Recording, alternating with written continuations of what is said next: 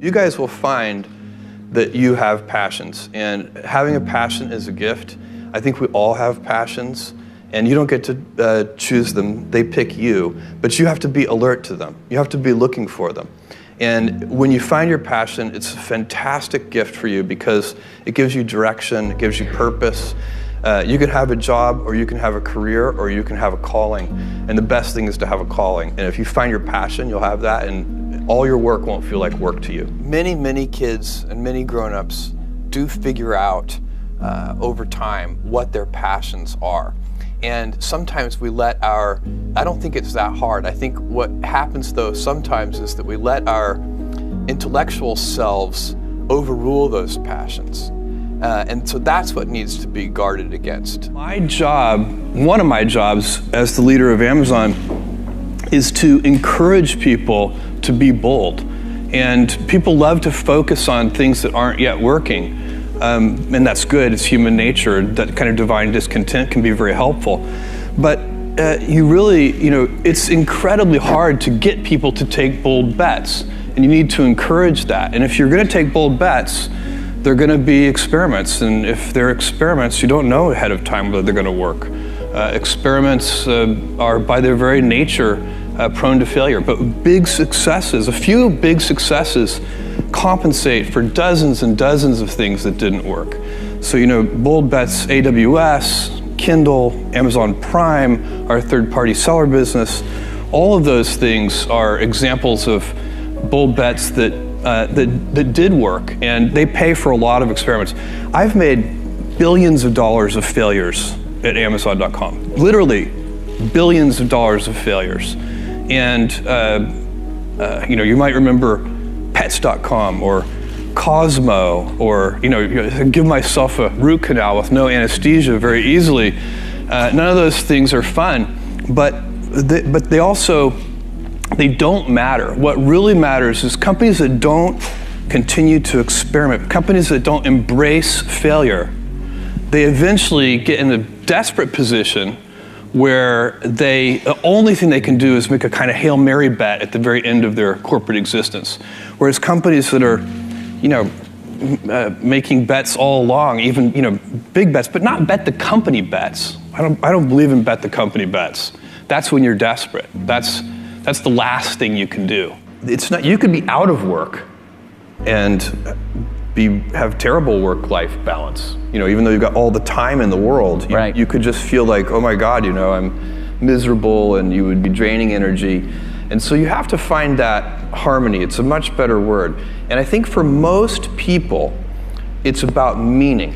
People want to know that they're doing something interesting and useful.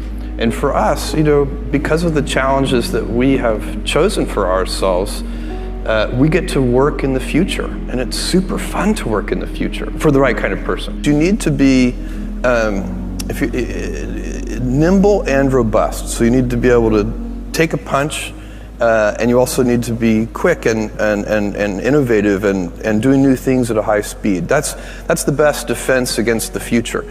And you have to always be leaning into the future. If you're leaning away from the future is going to win every time. Never, ever, ever lean away from the future. We all have adversity in our lives. I doubt if you really, if you know somebody, any friend or anybody that you talk to, there's no lack of adversity, and by the way, that's good, because it's what teaches us how to get back up. You fall down, you get back up. It always happens.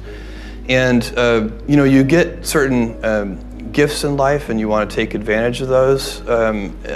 But I guess my advice on adversity and success would be to be proud not of your gifts, but of your hard work and your choices.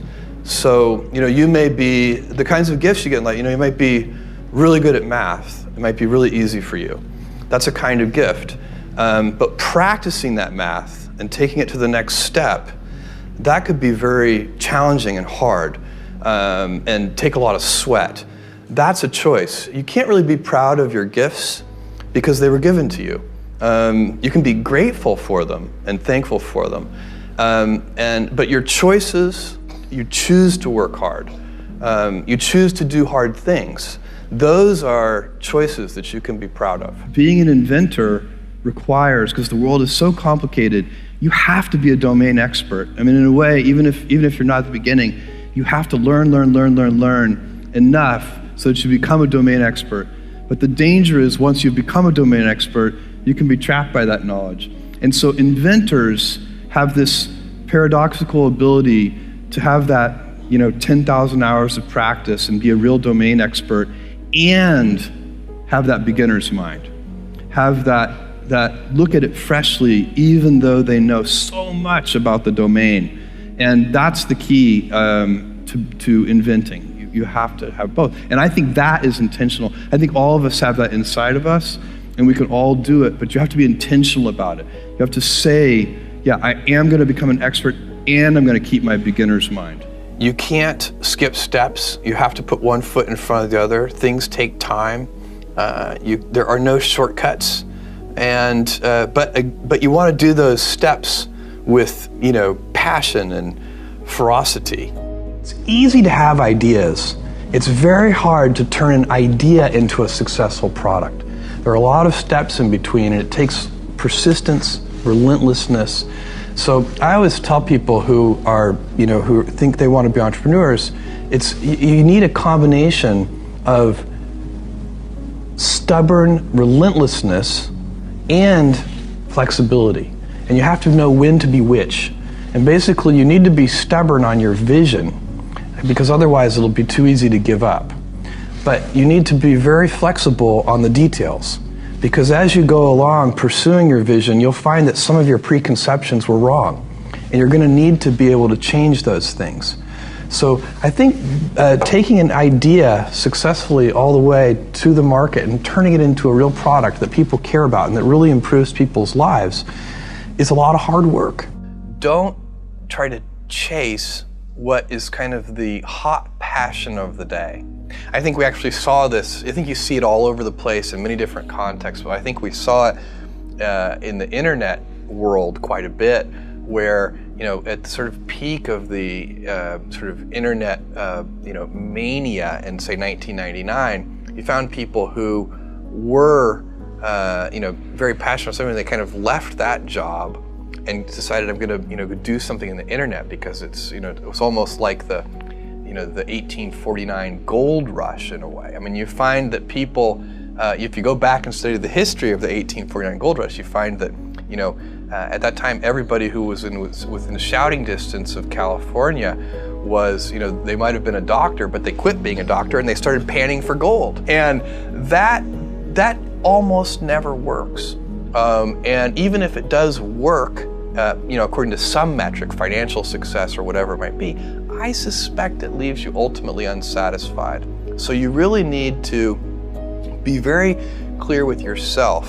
And I think one of the best ways to do that is this notion of projecting yourself forward to age 80, looking back on your life and trying to make sure you've minimized the number of regrets you have. That works for career decisions. It works for family decisions. Do you want? I have a 14-month-old son, and it's very easy for me to, if I think about myself when I'm 80, I know I want to watch that little guy grow up.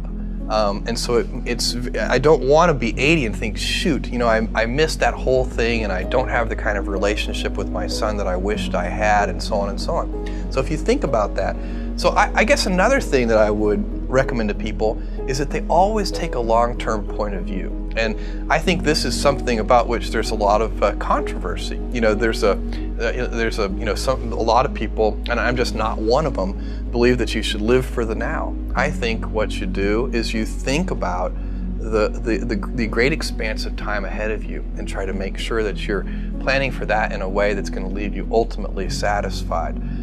So this is the way it works for me. And I mean, everybody needs to find that for themselves. So I think there are a lot of paths to satisfaction, and you need to find one that works for you.